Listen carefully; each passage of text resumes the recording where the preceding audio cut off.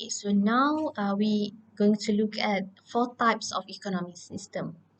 Okay, so apa ini economic system? Yeah, so economic system ni actually the system that actually implemented by the country around the world lah. So setiap negara mempunyai economic system yang tersendiri.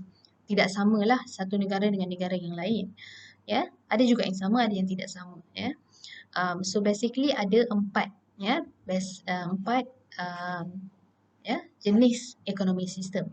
The first one is capitalism, ataupun kita panggil sebagai capitalist economic system, socialism atau socialist economic system, number 2. Number 3, mixed economic system, and number 4, it is Islamic economic system. So kita tengok one by one. Kita tengok dulu capitalist economic system, atau boleh kita panggil sebagai free market economic system ataupun laissez-faire.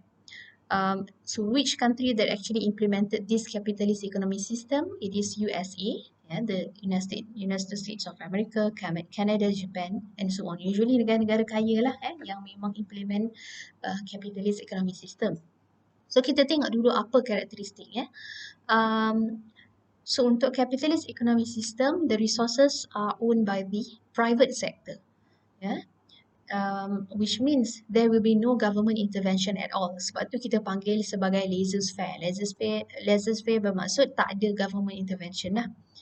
Okay, so any decision or economic decision made by private sector and no government intervention. And then the good thing is that individual and firms can make their own choices. Price mechanism is very important lah, because private sector kita tahu objektif dia apa. Untuk private sector, the objective is to maximize profit. So price adalah penting, sebab semuanya perlukan harga. Setiapnya mesti ada price tag. Even roads, street lights, apa saja, hospitals and so on, semuanya kita perlu bayar lah, sebab itu adalah private goods. And then consumer objective is to maximize satisfaction. Okay, what are the advantages of these types of economic system? Ada kebaikan lah, kebaikan dia freedom of choice. Maknanya people, consumers have freedom of choice. Ataupun private sector pun have freedom of choice. Dia boleh nak hasilkan apa barang sekalipun yang mereka mahu untuk maximize profit. Dan kita sebagai consumer, kita can choose anything that we want sebab kita punya objective is to maximize satisfaction. So people in the country, in capitalist economic system, they have their own rights to own wealth. Dia boleh cari duit sendiri, harta dan sebagainya. For this type of economic system, we have to work harder. Sebab dalam negara ini, harga barang dan sebagainya mungkin agak mahal. Sebab semuanya dihasilkan oleh private sector. Then we have to work hard to get more goods and services. Macam saya katalah, so this is private sector. Jadi private sector ni dia memang akan compete among each other. So the competition is very high. So due to this competition, it can contribute towards the production of quality goods and services. Barang dan perkhidmatan yang dihasilkan adalah berkualiti. Okay, so sebab itu kita kata consumer have freedom of choice, they have variety of goods and services. Jadi dia mempunyai pelbagai jenis barang yang mereka dapat beli. Okay, that is the advantages. Tetapi apa itu disadvantages?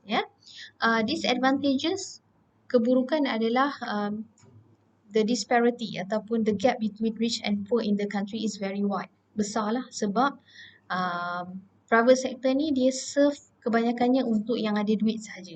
So orang kaya akan menjadi lebih kaya dan miskin akan menjadi agak miskin lah, semakin miskin lah. And then dia boleh menyebabkan misallocation of resources, resources atau sumber yang ada tidak letak di tempat yang sebetulnya, digunakan dengan baik. And then human welfare is ignored. Kenapa human welfare is ignored? Sebab barang dan perkhidmatan, even public goods itu dihasilkan oleh private sector saja. Jadi perlu membayarlah hospital, schools and so on, kena ada duit untuk kita dapatkan servis hospital and school. Social cost and negative externalities are there. Maksudnya dekat sini, negara yang mempunyai yang actually implement this economic system, actually they are industrialized country. They are progressive atau progressing country ataupun first world country. So this kind of country, diorang memang menitik beratkan untuk pembangunan. Dengan adanya pembangunan, construction and manufacturing itu terlalu banyak, perkilangan, perindustrian. Jadi pencemaran itu kita tak boleh elakkan. So due to that pollution, dia adalah externality. Externality ni adalah lebihan daripada perindustrian itu yang tidak baik, itu adalah externality, negative externality yang akan menyebabkan peningkatan dalam cost kepada negara, which is social cost. Macam mana nak pulihkan balik environment, udara yang segar, air yang telah dicemari, itu semua adalah social cost. Jadi social cost from this pollution adalah tinggi untuk negara-negara seperti ini. Ya. Okay, so that is the characteristic, advantage and disadvantage of capitalist economic system. Okay, now kita nak tahu how this economic system, capitalist economic system solve the basic economic problems tadi. What, how much, how to produce and for whom to produce. Jadi untuk what and how much to produce depends on the demand of the consumers atau kita panggil consumer sovereignty. Maknanya consumer adalah kita punya pelanggan untuk negara ni lah. Jadi dia akan serve consumer. Apa yang consumer demand, itu yang dihasilkan. And then how to produce depends on of course they will use the cheapest method lah, sama ada capital intensive ataupun labor intensive tak kisah, tapi guna cheapest method with that will minimize cost and maximize profit. For whom to produce depends on the society's purchasing power. Those who have more money, they will get more goods and services, and vice versa. Kalau those yang tak vulnerable people, they will get less goods and services. Okay, so that is capitalist economic system.